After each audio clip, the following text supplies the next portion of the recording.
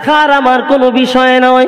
ভালোবাসার রং কোনোদিন বোঝা যায় না, ভালোবাসার কোনো রং হয় না। ভালোবাসার জন্যে বাস্তব নিদর্শন তুলে ধরতে হয়। ও আমার বান্দা বান্দিরা, তুমি আমাকে কেমন ভালোবাসো, আমার হাবিবুল্লাহকে কেমন মহাব্বত করেছো, তোমার চলনে আমি বুঝতে পেরে যাব, তোমার চলনে আমি আল্লাহ বুঝতে পেরে যাব। আমার হাবিবকে যে প্রকৃত ভালোবেসে নেবে, আমি আল্লাহ পাক রব্বুল আলামিন ওই বান্দার আমি আল্লাহ খুঁজে খুঁজে ভালোবেসে নেব। ভালোবাসা কখনো জোর করে পাওয়া যায় না। আল্লাহ বললেন, আমি যতক্ষণ না ভালোবাসা অন্তরে প্রবেশ করাই ততক্ষণ তোমার প্রতি ভালোবাসা পৃথিবীর কারো আসবে না। আরো একবার জোরে বলা যাবে না? তাহলে বিষয়টা খুব আমাদের কাছে এত সহজ যে আল্লাহ হাবিবকে যত বেশি জড়িয়ে ধরবো আল্লাহর তত কাছে চলে যাব। ও মধুসূদনপুরের জওয়ানেরা, যুবকেরা, ও আল্লাহর মাহবুব বান্দা বান্দিরা, ও নওজওয়ানেরা, সোনার মানিকেরা, আল্লাহর হাবিব দিন ও দুনিয়ার বাদশা হাবিবুল্লাহ সাহাবাদেরকে বলেছিলেন, ও আমার সাহাবীরা, ও আমার সাহাবীরা, তুমি নামাজ পড়তে দাঁড়িয়েছো, তুমি আল্লাহর ইবাদতে দাঁড়িয়েছো, ফরজ ইবাদতে তুমি দাঁড়িয়েছো আল্লাহর হুকুম পালন করার জন্য। কিন্তু আমার আল্লাহ পাক রব্বুল আলামিন আমার সম্মানিত করেছেন কেমন জানো? তুমি নামাজে দাঁড়িয়েছো, সবে মাত্র 2 রাকাত নামাজ তোমার হয়েছে, সবে মাত্র তোমার 3 রাকাত নামাজ হয়েছে। এমন সময় আমি রাসূলুল্লাহ তোমাকে যদি ডাকি, ও আল্লাহর বান্দা, ও আমার সাহাবীরা, আল্লাহ পাকের ফরজ ইবাদতে তুমি দাঁড়িয়েছো আর আমি তোমার ডেকেছি, ও আমার সাহাবী, ও আমার সাহাবী, শোনো না, আমি যদি কারো নাম ধরে ডাক দিই, এক মুহূর্তে তোমার ওই নামাজ শেষ হোক আর না হোক, আমি রাসূলুল্লাহ আমার ডাকে সাড়া দিতে হবে। আপনি ফরজ ইবাদত করছেন আর রাসূলুল্লাহ ডেকেছেন, এখন ফরজ ইবাদতটা আগে না নবীর ডাকাটা আগে? কি বললেন? আল্লাহ পাক রব্বুল আলামিন বললেন, শুধু আমার হাবিবুল্লাহ সাড়া তুমি দেবে এটা নয়, যাও যাও, আমার হাবিব ডেকেছেন, আমার হাবিবকে কষ্ট দিও না, দ্বিতীয়বার যেন আর না ডাকতে হয়, যাও চলে যাও। তুমি যদি আমার হাবিবের কথা শোনো, তোমার আমার হাবিবের কথা শুনতে যত সময় তোমার অতিবাহিত হবে, সমস্ত সময়গুলো তুমি ইবাদতের ভিতরে দাঁড়িয়ে আছো বলে আমি আল্লাহ পাক গণ্য করে দেব। জোরে হবে না? নারে তাকবীর, নারে তাকবীর। আল্লাহর হাবিব ডেকে বললেন, যাও তুমি একটু ঢোলার বাজার থেকে ঘুরে আসো, গিয়ে একটু এই খাবার টাবার কিনে আনো। এখন 3 রাকাত নামাজ পড়েছেন, 4 রাকাতে যাওয়ার আগে ডেকেছেন, তারপরে গিয়ে ঢোলায় থেকে খাবার টাবার কিনে এনে ঘুরে নবীর দরবারে এসেছেন। আমি উদাহরণ দেওয়ার জন্য ঢোলাকে সামনে এনে বলছি। তাহলে এইটা লম্বা সময় লাগবে কি লাগবে না? এই মধুসূদনপুর থেকে যাওয়া আসা সময় লাগবে, মানুষের সঙ্গে কথা বলতে হবে, কেনাকাটা করতে হবে। আল্লাহর হাবিব বললেন, তুমি যা সময় দিয়েছো, যা কেনাকাটা করেছো তো করেছো, তুমি এই পুরো সময়টা তুমি ইবাদতে আছো এবং এসে তোমার 3 রাকাতের পরে আর 1 রাকাত বাকি, সেইটা আদায় করে নেবে, তোমার 4 রাকাত পূরণ হয়ে যাবে। জোরে বলা যাবে না? আর একটু জোরে হবে না? সেই হাবিবের আলোচনা শুনতে বসেছি।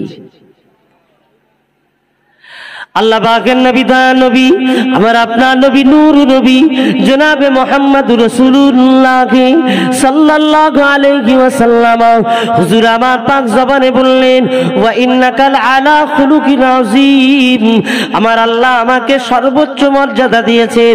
আমি আমার রাসূলুল্লাহকে আল্লাহ পাক বললেন, আমি আমার হাবিবকে সর্বোচ্চ চরিত্রের অধিকারী বানিয়েছি।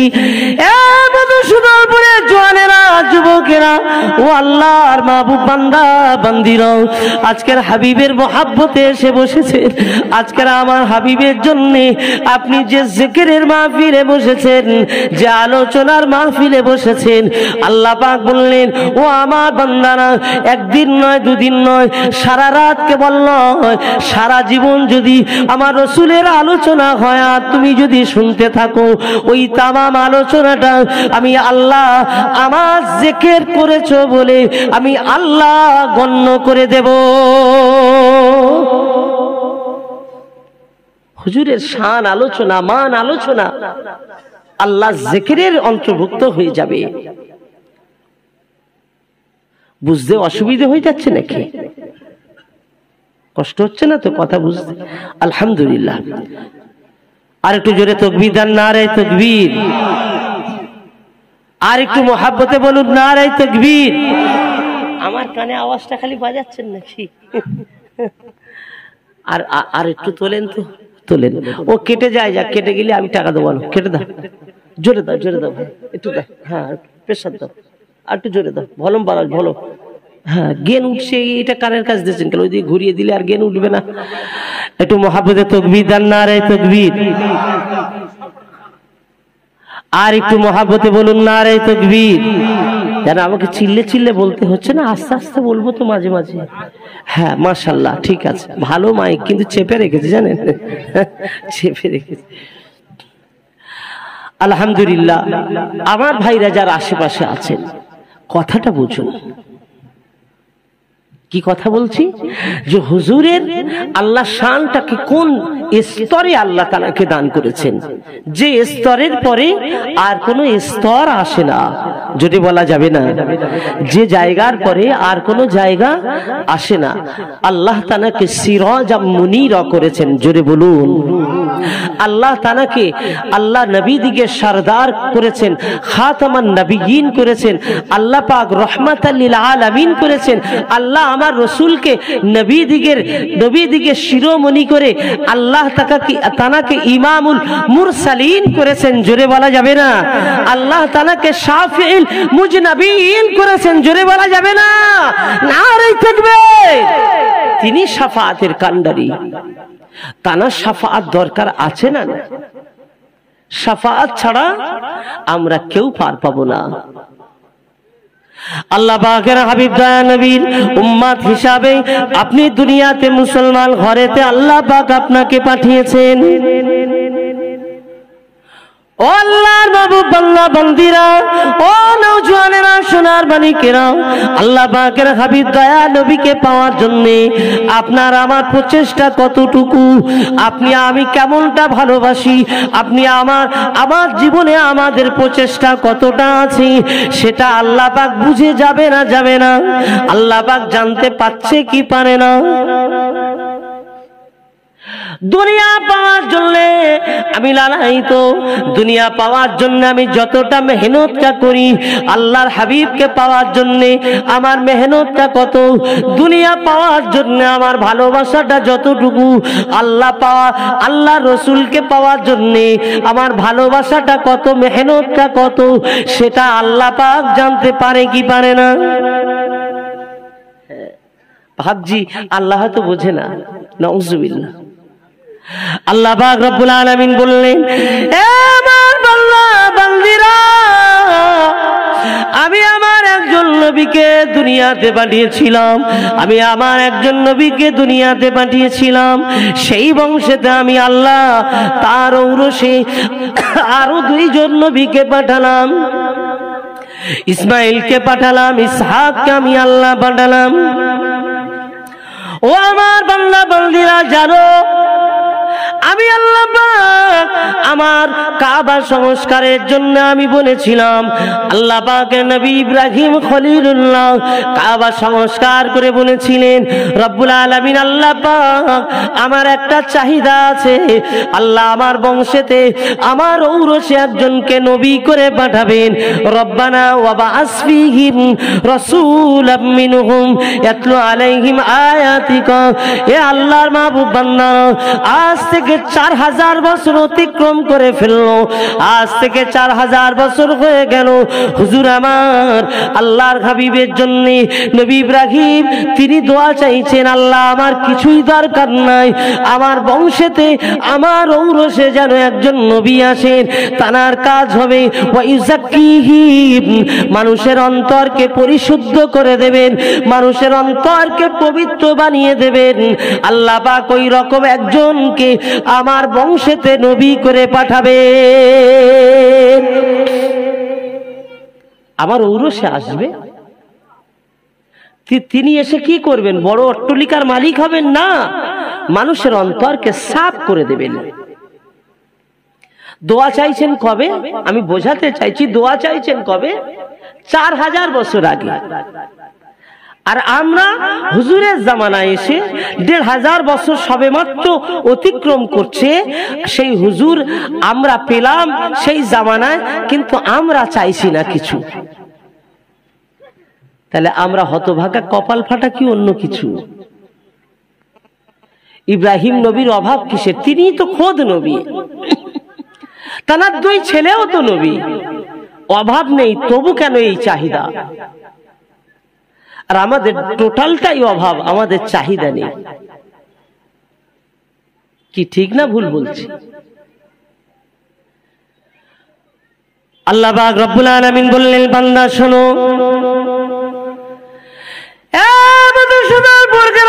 জওয়ানেরা, যুবকেরা, ও আমার আম্মা জানেরা, মনে রাখুন আল্লাহর হাবিবকে পাওয়ার জন্য নিজেকে বিলীন করে তুলুন। আমার নবী পাকের মহাব্বত অন্তরে জায়গা করুন। দুনিয়ার সব কিছু থাকবে, আমার হাবিবুল্লাহ যদি না থাকে দুনিয়া থাকা কোনো লাভ হবে না। আর আমার হাবিবুল্লাহ যদি আপনার অন্তরে জায়গা পেয়ে যায়, আল্লাহ পাক দুনিয়াটা আপনাকে পাইয়ে দেবে। আল্লাহর হাবিবকে অন্তরে জায়গা করে তুলুন, হুজুরকে জায়গা করে নিন। আমার নবী পাক দয়া নবী বললেন, আল্লাহ পাক রব্বুল আলামিনের নবী, আখির জামানার নবী আমি,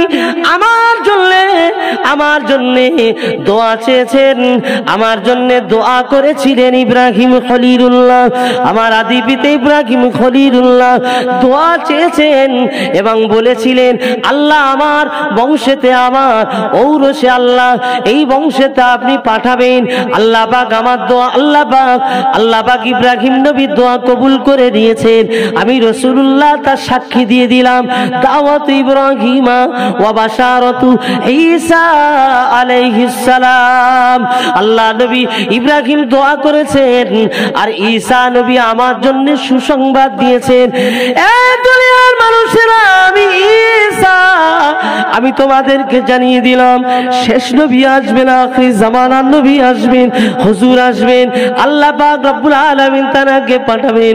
তিনি এমন একজন হবেন, আল্লাহ তাকে রহমাতাল লিল আলামিন বানাবেন। তোমরা দুনিয়াতে না হাবিবুল্লাহকে পেলে অন্য কিছু আর করো না, হাবিবের অনুসারী তোমরা হয়ে যাবে। হযরত ঈসা রূহুল্লাহ তিনি বলে গেছেন, আমার রাসূলুল্লাহ বললেন, আমার জন্য আগে থেকে আল্লাহ পাক ঘোষণা করে দিয়েছেন এই দুনিয়ায় আমি যে আসবো, ঘোষণা হয়ে গেছে আগে থেকে। ও নওজওয়ানেরা, যুবকেরা, ও আমার নবীর মুহাব্বতের মানুষেরা, মনে রেখে দিন, আল্লাহর হাবিব নূর নবী আমার আপনার হাবিব হুজুর আমার জনাবে মুহাম্মদুর রাসূলুল্লাহ সাল্লাল্লাহু আলাইহি ওয়াসাল্লাম এই জগতে আগমন করার জন্য আল্লাহ পাক রব্বুল আলামিন আগে থেকে নির্বাচিত করেছে। আল্লাহ আগে থেকে ঠিক করে রেখেছিলেন কোথায় পাঠাবেন, কোন ঘরে পাঠাবেন। আম্মা জান আমেনার ঘরেতে পাঠিয়ে দিবেন। আল্লাহ পাক আমার নবী পাকের আব্বা আব্দুল্লাহকে আল্লাহ তাআলাকে আব্বা বানাবেন, ভাগ্যবান একজন ছেলে হিসাবে মক্কার জমিনে কুরাইশ বংশে হাশিমি গোত্রে তিনি আসবেন। আল্লাহ পাক তার আব্বা জানের কপালে নূর সংরক্ষিত করে রেখেছিলেন, মহান আল্লাহ আগে থেকে ঠিক করেছে।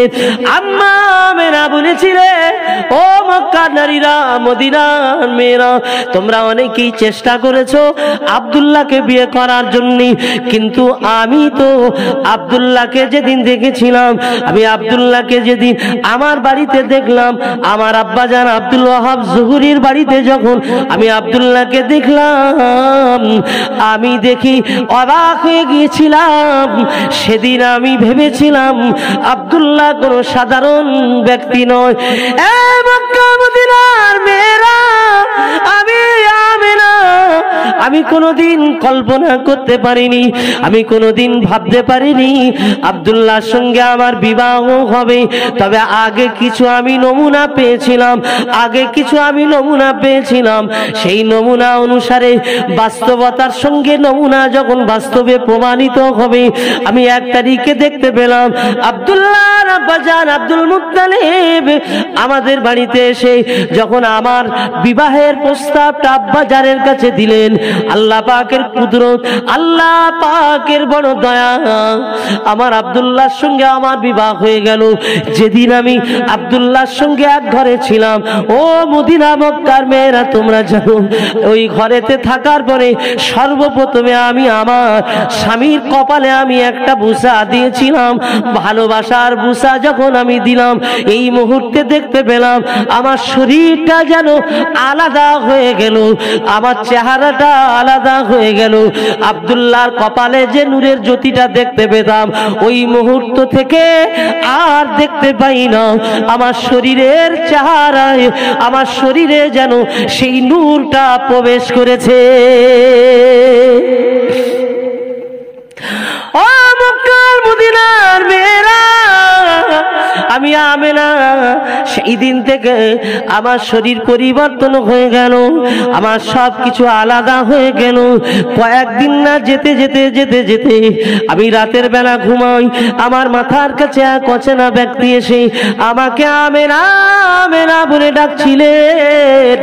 আমি আমেনা, আমি ওই সময় ঘুমের ভিতরে আমি দেখতে লাগলাম, তিনি আমাকে পরিচয় করে দিলেন, ও আমেনা, জানো তুমি বড় ভাগ্যবতী নারী, তোমার কপালটা বড় করেছেন আমার আল্লাহ। আমি অন্য কেহ নয় আমেনা, আমি হলাম আল্লাহর ফেরেশতা জিবরাইল আমিন আলাইহিস সালাম। আমি এসেছি একটা সুসংবাদ দেওয়ার জন্য। ও আমেনা, তুমি দুনিয়ার কোনো সাধারণ নারী আর নয়, দুনিয়ায় কোনো সাধারণ মহিলা আর নয়। আল্লাহ পাক আপনাকে নবীর মা বানিয়েছে। ও আমেনা, নিজেকে সাবধান করে রাখো, নিজেকে সতর্ক করে রাখো। আজ আমার আল্লাহ পাক তিনি তোমার গর্ভেতে এমন একটা সন্তান দিয়েছেন, যে সন্তানটা আখিরি জামানার নবী হবেন, যে সন্তানটা আখিরি জামানার রাসূল হবেন।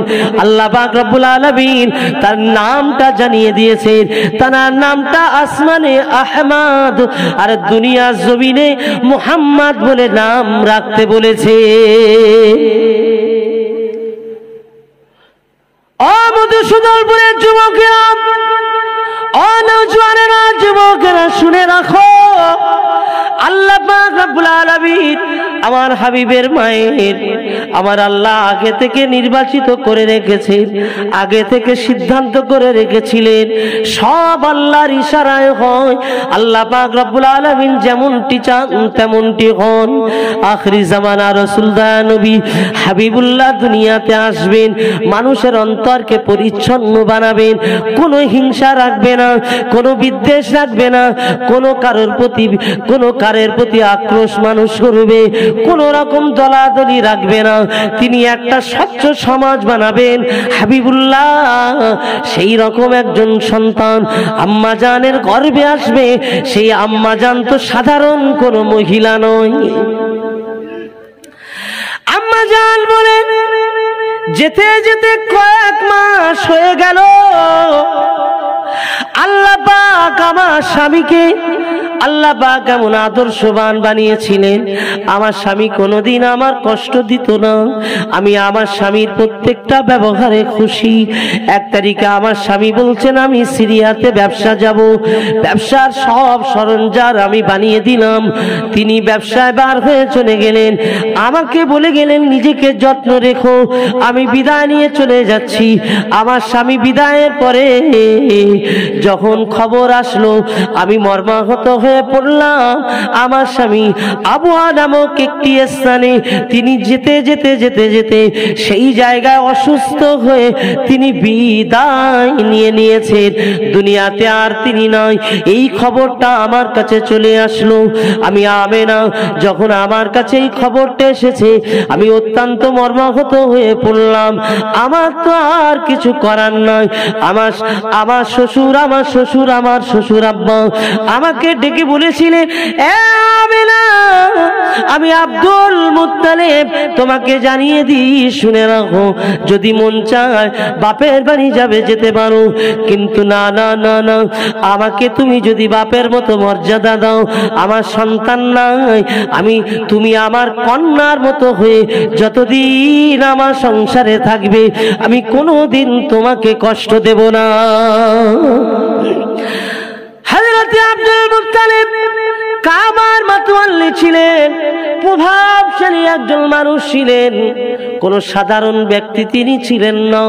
তিনি কাবার দায়িত্ব ছিলেন। কাবার দায়িত্ব যিনি থাকেন সমাজে তার মান মর্যাদা বেশি হয়। আল্লাহ পাকের বান্দা আব্দুল মুত্তালিব নিজের বৌমাকে বলেছিলেন, আমেনা আমি তোমাকে সান্ত্বনা দিতে পারি না, সান্ত্বনা দেওয়ার মতো আমার কাছে কিছু নাই।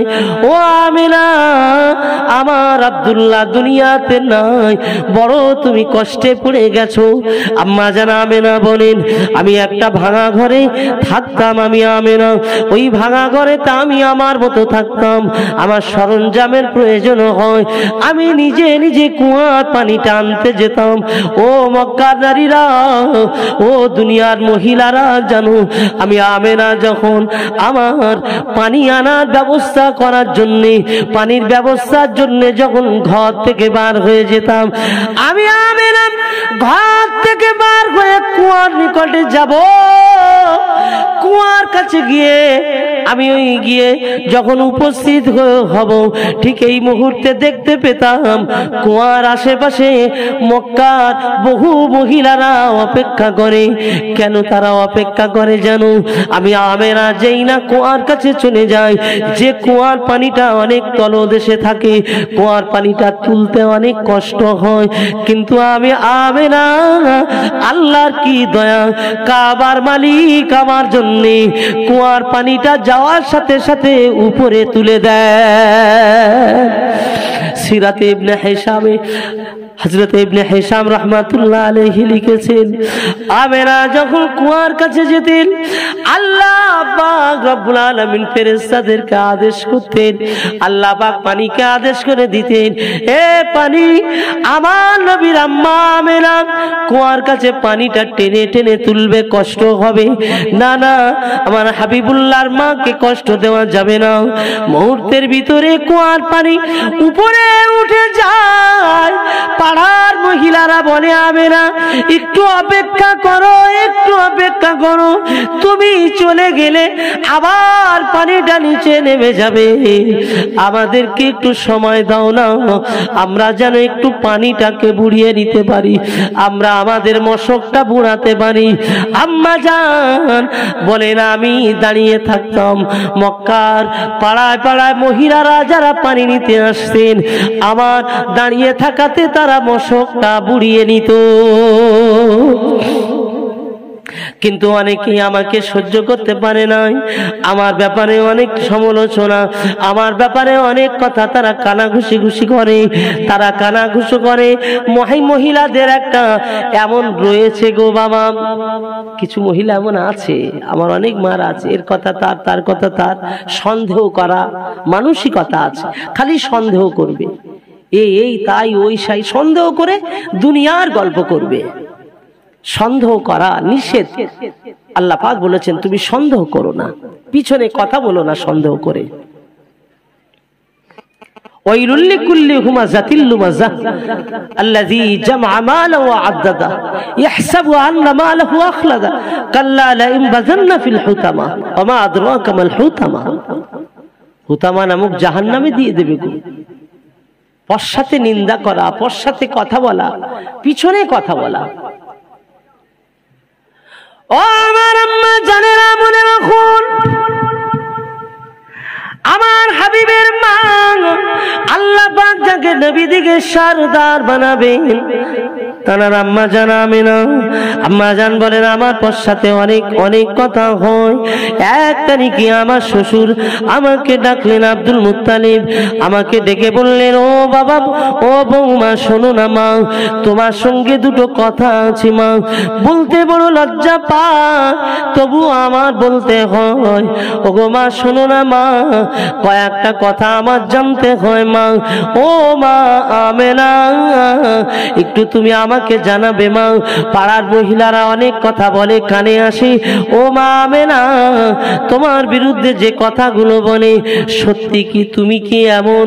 আম্মা জান বলেন, কি কথা? ও আমার আব্বা জান, কি কথা আমাকে বলুন না। বললেন, না মা, তুমি বলো। আমার সন্তান নাই বলে মানুষের কাছে আকর্ষণীয় হওয়ার জন্য তুমি কি সুন্দর সুন্দর সুন্দর সুন্দর খুশবু মেখে কি রাস্তায় বেড়াও?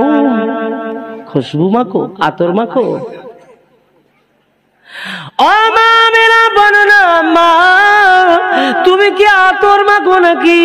ও মা বলো না মা, তোমার উপরে খুশি হবে দুনিয়ার কোন পুরুষ, তোমার উপরে খুশি হবে এমন কি আতর মেখে বেড়াও কিনা?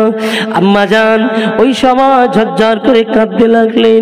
ও আব্দুল মুত্তালিব, আমার আব্বা জান, আমি আপনাকে আব্বার মতো পূর্ণভাবে শ্রদ্ধা করি।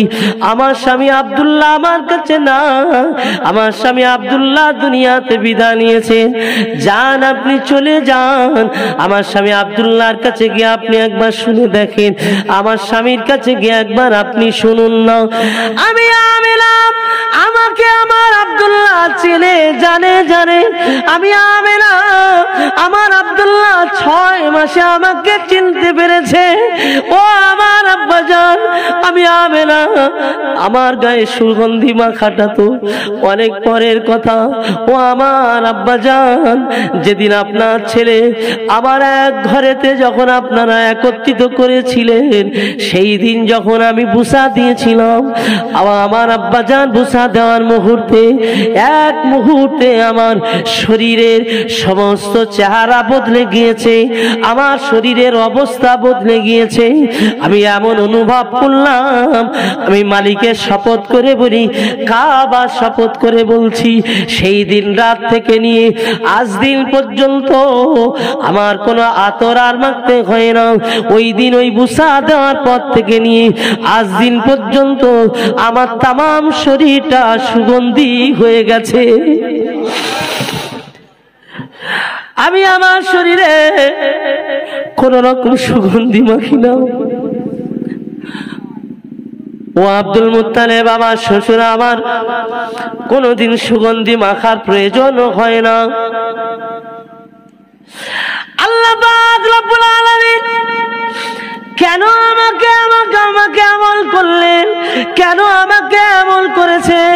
না না না না, আমি প্রায় দিন রাতের বেলা দেখি, আমি প্রায় দিন রাতের বেলা অনুভব করি, আমাকে শিখে যেন বলেন, আমেনা সতর্ক হয়ে থেকো, সাবধান হয়ে থেকো।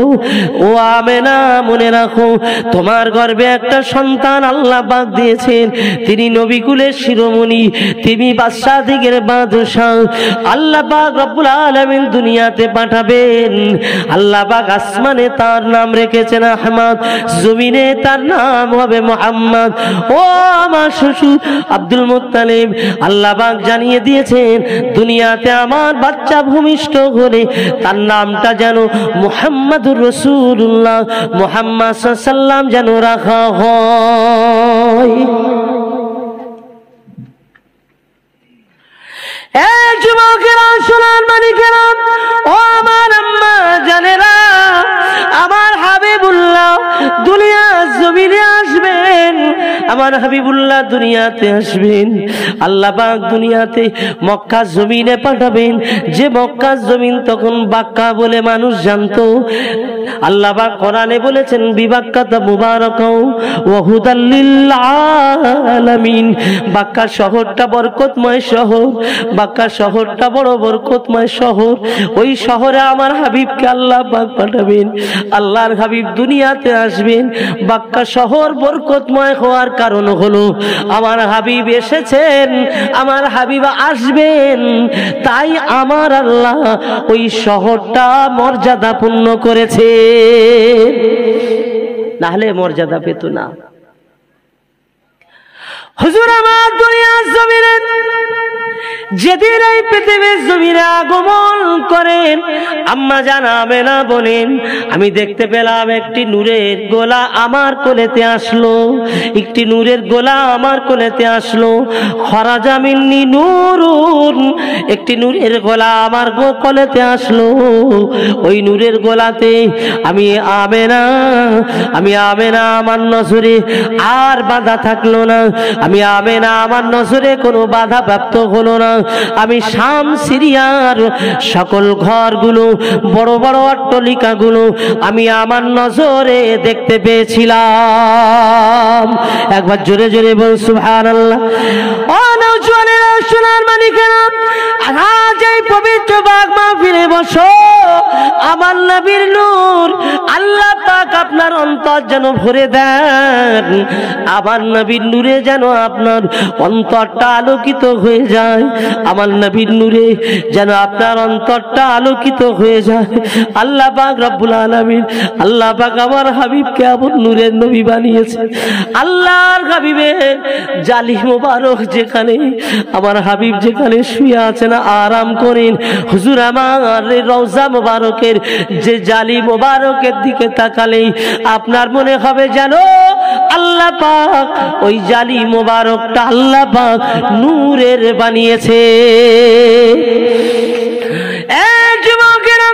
হাবিবুল্লাহ নূরে আল্লাহ পাক तमाम দুনিয়া আলোকিত করে দিয়েছেন। সেই হাবিব আমার দুনিয়া জমিনে আসলেন, আল্লাহ পাক রব্বুল আলামিন ওই মুহূর্তে দেখতে পাওয়া গেছে, যে মুহূর্তে হুজুর দুনিয়াতে আসলেন সেই মুহূর্তে দেখতে পাওয়া গেছে तमाम পৃথিবীর এমন কেউ বাকি ছিল না জানার, সবাই জেনে ফেলেছে, সবার কাছে খবরটা মেসেজটা চলে গেছে যে এই সময় আখিরি জামানার নবী দুনিয়াতে হাজির হয়ে গেছে। বড় বড় পাদ্রীরা যারা জ্ঞানী ছিলেন, ইহুদিদের পণ্ডিত যারা, এই সমস্ত পাদ্রীরা সকলেই বলে ফেলেছিলেন যে যে নমুনা আমরা পড়াশোনা করেছি, আমরা বাইবেলে পড়েছি, আমরা বিভিন্ন আমাদের মহান গ্রন্থ, নবীদের উপরে যে গ্রন্থ এসেছে সেই গ্রন্থগুলো যা পড়াশোনা করে দেখেছি, তাতে করে আজকের নমুনা দেখে পরিষ্কার আখিরি জামানার নবী পৃথিবীতে আগমন করেছেন। বলুন না সুবহানাল্লাহ। মুহাব্বতে একটু দরুদ শরীফ আল্লাহুম্মা